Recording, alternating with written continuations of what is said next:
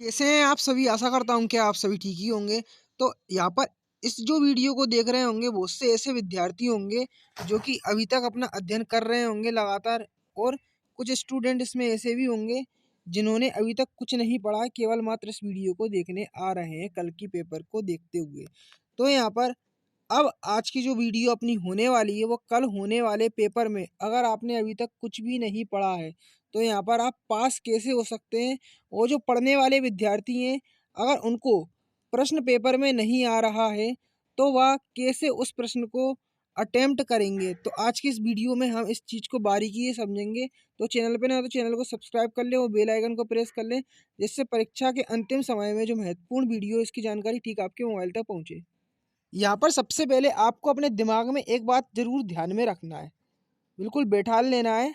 वह बात कौन सी है कि आपको किसी भी प्रश्न को नहीं छोड़ना है, किसी भी प्रश्न को नहीं छोड़ना है, सारे के सारे प्रश्न करना है।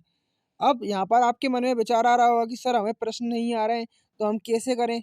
तो वह भी मैं आपको बताऊँगा, पर यहाँ पे आपको दिमाग में एक ही बात रखना है कि मैं सारे प्रश्न हल करूँगा, सारे की सारे प्रश्न हल करूँगा। क्योंकि यहाँ पे आपके मन में आता है क्या कि मैंने 6 प्रश्न हल कर लिए तो मेरे यहाँ पे 30 नंबर आ जाएंगे तो मैं पास हो जाऊंगा, क्या पास हो जाऊंगा। परंतु देखा जाए तो वह 30 भी नहीं आ पाते, आपके 30 से सीधा कितने रह जाते हैं, 25 नंबर रह जाते हैं। और पास होना होता है 30 में, तो यहाँ पे 25 नंबर आते हैं तो आप सीधा यहाँ पे फेल हो जाते हैं। तो बस आपको यही बात दिमाग में बैठा लेना है कि प्रश्न मेरे को सारे की सारे करना है। तो यहाँ पर अब आपको करना क्या है कि सबसे पहले जो प्रश्न आपको कल के पेपर में आ रहे हैं, तो स्टार्टिंग में सबसे पहले आप उन्हीं प्रश्नों को हाल की हाल करते चले। ठीक। अब आपको करना क्या है कि यहाँ पे कि जो प्रश्न आपको नहीं आ रहे हैं उनको आप बाद में करेंगे। अब यहाँ पर बात आती है कि सर हमने तो वह प्रश्न हमको आ ही नहीं रहे क्योंकि हमने सर पढ़े ही नहीं है। तो आपको करना कुछ नहीं है, सबसे पहले उस क्वेश्चन को बिल्कुल ध्यानपूर्वक पढ़ना है और पढ़ने के बाद उसमें देखना है कि उसमें क्या बोला है, फाइंड करने को क्या बोला है। तो ऐसा तो है नहीं कि आपने उस प्रश्न से रिलेटेड फॉर्मूला आपने पढ़ा नहीं हो। तो आपको सबसे पहले हर एक पार्ट के जो पीछे के जो फॉर्मूले हैं उन्हें आपको एक बार देख लेना है। फॉर्मूला जितने भी हैं वह सारे फॉर्मूले आपको देख लेना है, पढ़ लेना है। क्योंकि यहाँ पर अगर प्रश्न पूछा गया है कि यहाँ पे बेलन का क्षेत्रफल निकालो या शंकु का किसी का भी क्षेत्रफल निकालने को बोला है, तो यहाँ पे सबसे पहले तो आप उस फॉर्मूले को लिख देंगे। तो यहाँ पे एक बात मैं आपको बता दूं कि फॉर्मूला लिख ही देंगे ना तो यहाँ पे आपको आधा एक नंबर तो बेसी मिल जाएगा। क्योंकि क्योंकि यहाँ पे मैथ में स्टेप के नंबर मिलते हैं, स्टेप बाय स्टेप हर एक स्टेप के नंबर मिलते हैं।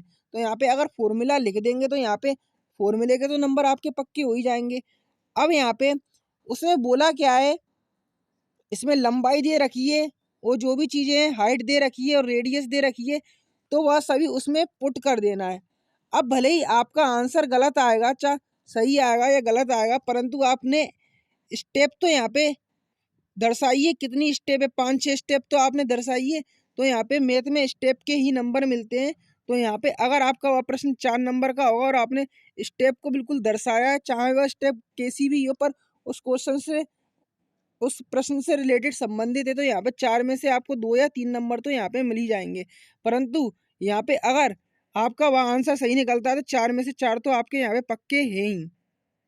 इसी तरह से आपको जो प्रश्न नहीं आ रहे हैं पहले दिमाग में उसका फॉर्मूला सोचना है और फॉर्मूले पर ही आधारित आपको हर एक प्रश्न को सोल्व करना है। पर आप क्या करेंगे, स्टार्टिंग में उन प्रश्नों को करेंगे जो आपको पहले आ रहे हैं, बाद में उनको करेंगे जो आपको बन नहीं रहे हैं। फिर आपको फॉर्मूला बिठाना है दिमाग में कि इस प्रश्न को पढ़ना है, उसमें बोला क्या है, फिर आपको उसका फॉर्मूला लगाना है और फॉर्मूले पर ही आधारित आपको हर एक प्रश्न को यहाँ पे सोल्व करना है। तो यहाँ पे क्या होगा, एग्जामिनर होगा वह स्टार्टिंग में आपकी जब कॉपी चेक करेगा तो जो प्रश्न आपने सही करे होंगे उसमें आपको पूरे नंबर देता चले जाएगा।